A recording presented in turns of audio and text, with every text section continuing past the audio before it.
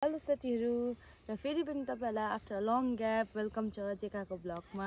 र आज चाहिँ म तपाईहरुलाई म एकदम इभिनिङ टाइममा चाहिँ पर घुम्न जान आँटेको चेलखोला। र त्यो चेलखोलाको भिडियोहरु देखाउनेवाला छु। त्यहाँको एक दुईवटा भ्यू पोइन्टहरु छ त्यो देखाउनेवाला छु। So stay tune and watch my video till the and. यो चाहिँ बेगुताको बच्चा हो।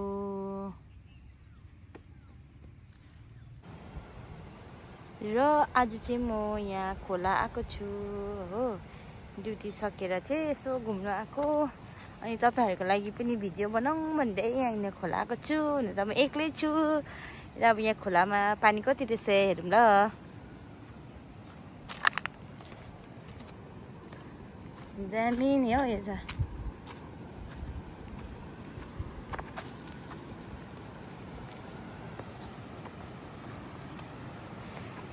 पानी कम्ती रहेछ। चेलखोलाको पानी एकदम घटेर गएछ।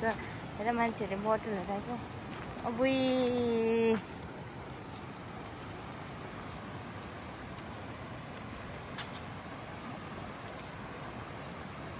मैला पुरा मैला बनाएछ। यहाँ हेर्नु नि यहाँ यो कुकुर यसरी उफ्दै यो कोले हो नि यसरी कुकुरलाई कलर गरिदिएर बिचारा। हेर्नु उसको त केही छैन मेरोमा, केही छैन। जा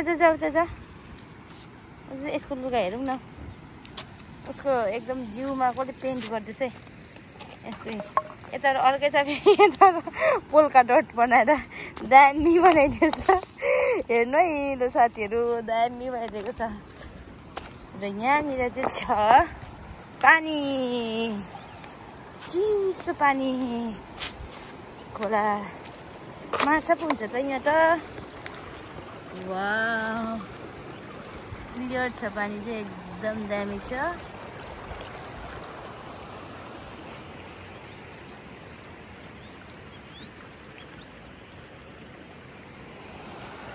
यो सानो ब्रिज पनि बनाइदिएको रहेछ हो। यहाँ चाहिँ यहाँनिर वरिपट्टि जानुको लागि। खोलामा आएर खानु चाहिँ राम्रो हो कि, तर खाइसकेर चाहिँ यसरी राखिदियो भने चाहिँ कति नराम्रो होला होइन। यहाँ हेर्नु हामी मान्छेहरूले त्यस्तो गर्छ। हेर कतिको खुट्टाहरू पर्छ है। अहिले हेर्न पछि खोला बगेर त्यस्तो चाहिँ नगर्नु पर्ने हो। खाँदै यसरी खोला पनि नखानु। एक जग्गा खायो त ठिकै छ नि, एक जग्गा राखिदिनु होइन। यस्तो चाहिँ एकदम यो कुरो चाहिँ हामीले गहिरो रहेछ स्विमिङ खेल्ने लाइकको।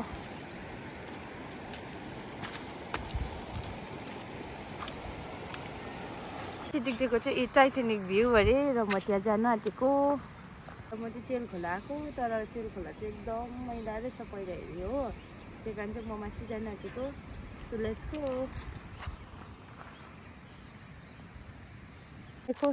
म चाहिँ र त्यहाँ पुग्नुको लागि चाहिँ यो बाटो जानुपर्दो रहेछ हो। अनि म चाहिँ जान्दैछु। यहाँ यस्तो रहेछ झोरी रहेछ नि। म चाहिँ यहाँनिर सर्टकट भएर आएँ कि। अन्त जुमै त यो चाहिँ अब म यत्रो दिन यता बसेँ कि, तर म कहिल्यै भिजिट गरेको थिइनँ यो जग्गा चाहिँ कि। देख्नु चाहिँ देखेको क्या दामी फुलेछ यो फुल। नामी के भन्छ कुनि यसलाई याद छैन। जसलाई नाम याद छ कमेन्ट गरिदिनु होला। अबै यसो रहेछ यहाँ चाहिँ बाटो चाहिँ हो। मान्छे पनि रहेछ क्या उता हो क्या हो यो बाटो त। मजा लाग्यो नि। अर्कै बाटोबाट उताबाट पो घुमेर आउनु पर्थ्यो कि। स्कुटी त मैले आधा कस्तो जग्गामा राखेको छु।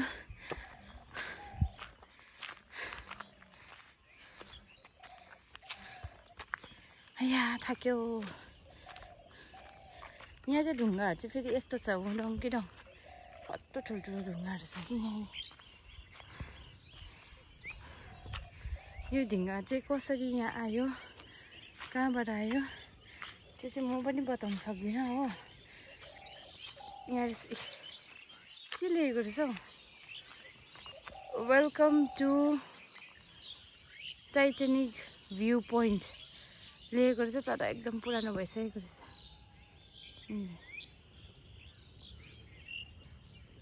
म चाहिँ रङबाट आइपुगेछु हो। यहाँ चाहिँ छैन रहेछ यहाँनिर जाने बाटो, यो जङ्गलको बाटो रहेछ।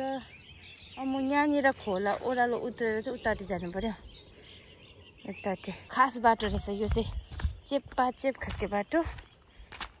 साह्रै रफ। ओह के को पत्ता हो पनि, पहेँलो पहेँलो पनि डर पनि लाग्यो।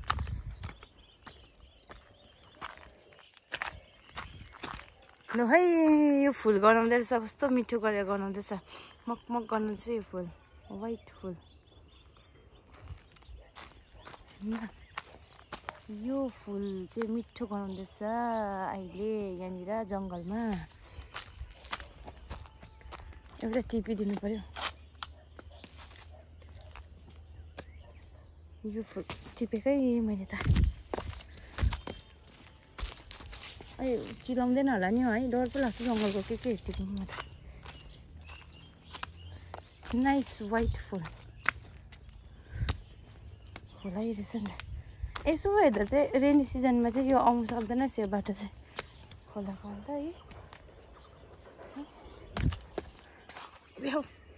झन्डै ए दामी, के दामी देखेको। फुललाई सेतो फुललाई मात्रै फोकस गर्दा त बाटोमा चाहिँ एकदम तपाईँहरूको लागि वेलकम गर्नु लागि चाहिँ म हो वरिपरि सेतो फुलहरू मात्रै मजाको देखेको। अब यो भिड छ। वाउ कस्तो दामी देख्यो यो फुल। र म चाहिँ अघि भिडियो गर्दा चाहिँ यहाँ माथि थिएँ, यहाँ माथि डाँडामा। यहाँनिर पुरा चराहरू रहेछ हेर।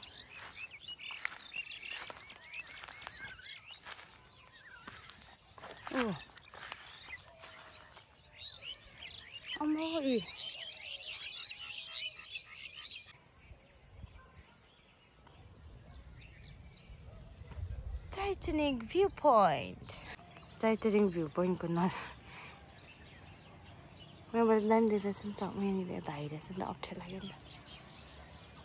र यो चाहिँ हाम्रो आई लभ टाइटनिक होइन। यो जग्गालाई चाहिँ किन टाइटनिक भनेको भन्दाखेरि चाहिँ नि, यो जग्गा चाहिँ तलबाट हेर्दाखेरि चाहिँ यसको सेप चाहिँ एकदम त्यो टाइटनिकको सिपको जस्तो सेप छ भनेर भन्छ होइन। अब म पनि चढिदिएको नि यहाँनिर, चढेर चाहिँ यस्तो हुन्छ क्या।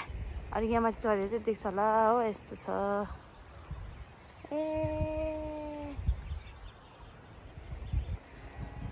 ल है टाइटनिक भ्यू पोइन्टमा पनि चढेँ है।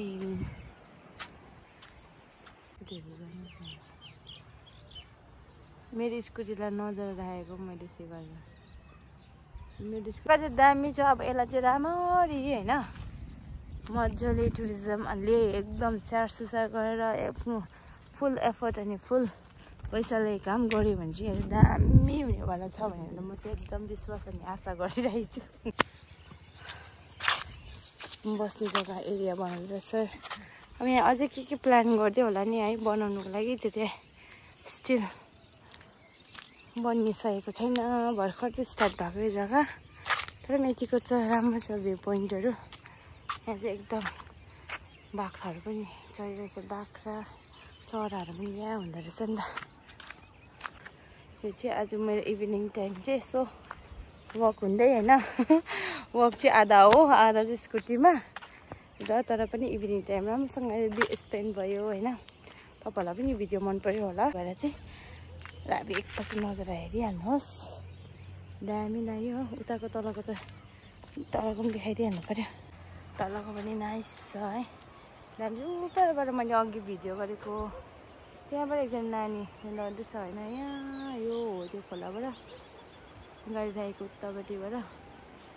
अनि अब अहिले चाहिँ थ्याङ्क यू साथीहरू, thank you guys for watching my video. अनि फेरि मेरो भिडियोलाई लाइक सब्सक्राइब सेयर गरिदिनु होला। नै मेरो ब्याकग्राउन्डको भ्युजहरू कस्तो दामी छ होइन। यो डाँडा त्यहाँनिरदेखि यहाँदेखि यहाँदेखि माथि लाभा हो, यो माथि देख्दैको चाहिँ लाभा हो होइन। आजको इभिनिङ टाइम चाहिँ मेरो टाइटनिक भ्यू पोइन्ट आएर चाहिँ सक्यो। र आजको दिन चाहिँ मैले एकदम मलाई एकदम के लाग्यो, ठिक लाग्यो। आज यहाँ आएर चाहिँ मजा लाग्यो होइन। यस्तो तपाईँहरूलाई पनि आउनु मन लागेको छ भने चाहिँ यो अल क्यान कम। यहाँनिर हेर्नु यसो पछाडिको ब्याकग्राउन्ड कस्तो दामी कलर हेर्नु। वाउ हो कि होइन शैलेजी भन्छ हेर, दामी देख्यो। र यो सुनौलो सनसेट, यो ब्युटिफुल सनसेटको साथमा तपाईँहरू सबैलाई थ्याङ्क यू फर वाचिङ। र आजको भिडियो चाहिँ म यहीँ एन्ड गर्न आँटेको। अब बेसी रात पनि पर्दैन, एक्लै छु। I have to go back to room है। अनि त्यही बाई।